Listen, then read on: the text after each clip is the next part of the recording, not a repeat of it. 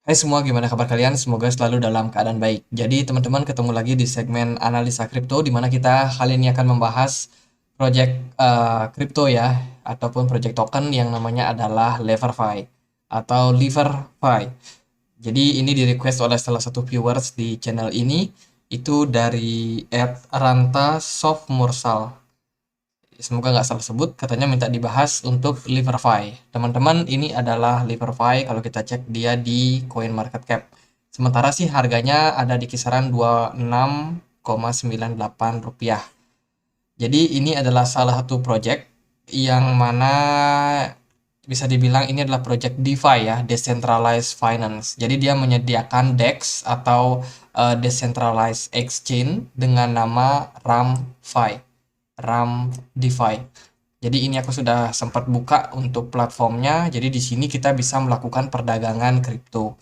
Kita bisa melakukan jual beli, kita juga bisa melakukan staking di poolnya dan lain sebagainya. Jadi ada banyak kegunaan dari ekosistem yang dibangun oleh RAM DeFi. Ini bisa terkoneksi dengan Binance Smart Chain dan juga Polygon. Jadi dua exchange ini bisa saling terintegrasi ya satu sama lain. Kalau teman-teman misalkan melakukan staking atau apa, nanti kalian akan diganti ataupun dibayar dengan ya tergantung project apa yang teman-teman investasikan di sana. Jadi ini di support langsung oleh Alameda Research, kemudian Paravi Capital dan banyak venture capital yang sudah besar-besar ya. Dia adalah pendana daripada project dari RAM DeFi ini. Terus juga dia disupport oleh Binance Smart Chain, Polygon, sebelumnya juga disupport Solana, Polkadot, tapi sekarang lagi dalam under development nih kalau kita lihat di sini. Terus exchange yang bisa memperdagangkan Lever sebagai tokennya itu ada di Binance, Get.io, Bittrex, Maxi, kemudian Uniswap dan juga PancakeSwap. Jadi itu kurang lebih perkenalannya teman-teman. Kalau kita lihat sih dari jenis tokennya, dia salah satu token yang bergeraknya di Binance sepertinya ya, Binance Smart Chain ya kalau nggak salah. Dan dia punya supply maksimum yaitu sebesar 35 apa nih 35 miliar. 35 miliar teman-teman supply-nya. Tapi yang saat ini masih beredar itu sebesar 13,9 atau 14 miliar ya. Jadi masih ada 60% token yang masih bisa dicetak teman-teman. Jadi kalau kita lihat sih dari segi volume perdagangan itu paling banyak diperdagangkan di uh, centralized exchange. Di sini kelihatan cukup besar yang memperdagangkan ya. Tapi dari DEX, dari DeFi-nya sendiri itu nggak terlalu besar yang memperdagangkan koin dari Lever ini. Coba kita lihat apakah dia punya pemilik address. Oke, ini udah. Kalau kita lihat dari segi aset, nah apa namanya address yang memiliki Lever semakin hari semakin mengalami penguatan. Ini dalam 7 hari terakhir. By the way, Lever ini bisa dibilang ada investor besarnya nih. Di sini kita lihat ada alamat yang memiliki kepemilikan 30%, kemudian yang lain ada yang di 26%, sisanya di 15% dan juga di bawah 10%. Kalau komposisinya seperti ini, maka akan ada dua wheels ini yang bisa menggerakkan, ataupun mungkin tiga ya. Jadi tiga ini yang paling berperan dalam pergerakan harga dari Leverfi sendiri. Ngomong-ngomong soal pendana mereka dari venture capital itu ada Alameda Research.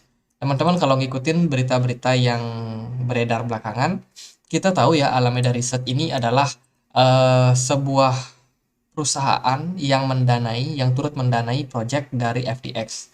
FTX kemarin kena masalah di awal Desember. Kalau kita lihat sih dari beritanya kemarin ini dari tanggal 10 November 2022. Website dari Alameda Research itu tidak bisa diakses ke publik imbas kolapsnya FTX. Jadi karena FTX ini kemarin bermasalah, Alameda Research pun juga bermasalah. Ya, jadi ini bisa menjadi salah satu concern juga teman-teman harus perhatikan ini.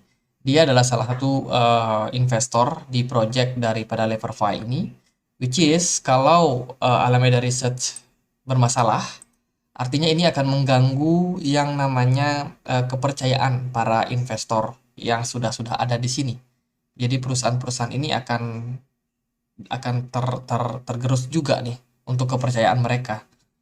Jadi kurang lebih ini akan berdampak sama pergerakan daripada harga token levernya sendiri ataupun kelangsungan dari project dari DeFi ini. Terus yang lain teman-teman juga harus perhatikan, DeFi itu sudah mendapatkan statement ya resiko daripada project-project berbasis DeFi ini oleh SEC. Jadi SEC sudah memberikan announcement, sudah memberikan berita sejak 2021 November tanggal 9. Dia sudah menjelaskan apa saja yang menjadi peluang dan juga resiko di project-project DeFi. Dan yang paling parah adalah unregulated market. Jadi mereka akan segera melakukan audit, teman-teman. SEC bakalan melakukan audit dan sepertinya sekarang sudah berlangsung untuk proses pembuatan regulasi mereka. Kemudian mungkin akan muncul ya di tahun 2024 atau di 2023 nanti akan muncul regulasi tentang kripto dari centralized exchange bahkan sampai decentralized exchange. Jadi ini sedang digarap untuk saat ini. Mereka akan mengerjakan proyek-proyek ini. Nah, sementara proyek-proyek DeFi itu bakalan tertekan. Ini memang sudah tertekan sejak 2021 kemarin ketika bull run ya. Mungkin teman-teman ada yang mengikuti udah masuk market dari tahun-tahun itu pasti udah tahu proyek-proyek DeFi besar, AAV lah, kemudian PancakeSwap lah, itu kena masalah semua karena regulasinya. Nah, termasuk Leverify ini. Kalau kita lihat sih dari segi Leverify-nya dia sepertinya project baru ya di 2019 kalau nggak salah, which is harusnya udah kena dampak juga nih daripada kebijakan regulasi tersebut. Jadi Alameda Research bermasalah, salah satu investornya, kemudian dari regulasi DeFi juga bakalan digarap. Itu yang teman-teman harus note sebagai sebuah news untuk Leverify. Kita akan bahas dari price action-nya seperti apa. Leverify sementara dia listing kalau kita lihat dari chart Binance ya, dia listing itu dari 2022. 22 listing cukup signifikan kenaikannya, kemudian koreksi. Ini koreksinya parah sih. Jadi harga ICO-nya lumayan di kisaran 0,001, kemudian sempat naik ya agak tinggi, bahkan sampai di kisaran 0,005. Kalau kita cek misalkan tingkat kenaikannya itu udah sekitar 200-an persen di awal ICO-nya. Jadi udah lumayan. Bahkan mereka yang invest dari awal sini udah pada taking profit. Kemudian setelah di taking profit, harga Leverify drop. Dropnya nggak main-main. Kembali ke harga ICO awal. Bahkan di bawahnya ya. Setelah itu kemarin dapat sentimen, entahlah apakah ini sentimen atau gimana. Tapi yang pasti Leverify di POM naik lagi. Naik lagi sampai 0,005. Ini juga dikarenakan kasus ini ya. Kasus SEC. Kasus SEC dan juga Alameda Research. Dia yang kena collapse, tentunya ini berdampak sama yang namanya pergerakan daripada Ramfy. Nah, pertanyaannya kenapa harganya dibawa naik dulu? Teman-teman, yang namanya market maker, yang namanya whales, itu nggak mungkin dia jual dengan keadaan rugi. Kalau mereka punya banyak kepemilikan seperti yang kita cek di sini, kalau dia punya kepemilikan sampai sebesar ini, itu nggak mungkin dia bakalan jual dengan harga murah. Pasti dia bakalan naikin harganya, gerakin harganya, kemudian dia taking profit. Dan kebetulan sepertinya sudah berhasil taking profit di harga-harga atas sini. Dan akhirnya banyak investor-investor yang awalnya tertarik ya melihat ini ada token yang gerak nih, gerak. Ketika udah tinggi mereka kejar. Nah, disinilah aksi taking profit besar-besaran. Kelihatan sekali dari volume perdagangannya yang cukup signifikan juga. Jadi Leverify gimana? Leverify itu masih ada whales-nya. Kalau kita lihat dari data sini masih ada whales-nya. Dia masih punya sekitar 30%, 26%, dan juga 15%. Artinya masih ada potensial kedepannya buat digerakkan lagi. Jadi teman-teman kalau ada yang terlanjur sangkut, jangan terlalu khawatir.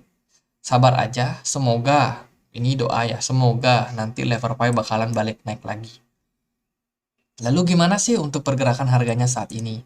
Kalau kita lihat dari segi pergerakan volume, sebenarnya volume masih cenderung tinggi. Artinya teman-teman di sini itu ada aksi selling. Selling yang sangat signifikan. Dari siapa? Dari retail. Biasanya kalau gerakan market yang kayak gini nih biasanya dari retail yang punya cukup dana, mungkin dananya agak besar juga ya, dan dia belum sanggup untuk menggerakkan market. Karena kalau whales yang jualan itu bantingannya seperti ini. Seperti candle merah yang ini. Itu benar-benar whales yang banting. Jadi kalau candlenya udah kecil-kecil kayak gini itu retail yang jualan. Kalau kita cek di time frame 4 jam, teman-teman bisa teman-teman bisa perhatikan di sini bagaimana banyak yang sudah melakukan aksi jual. Di sini ada yang jual, di sini ada yang jual.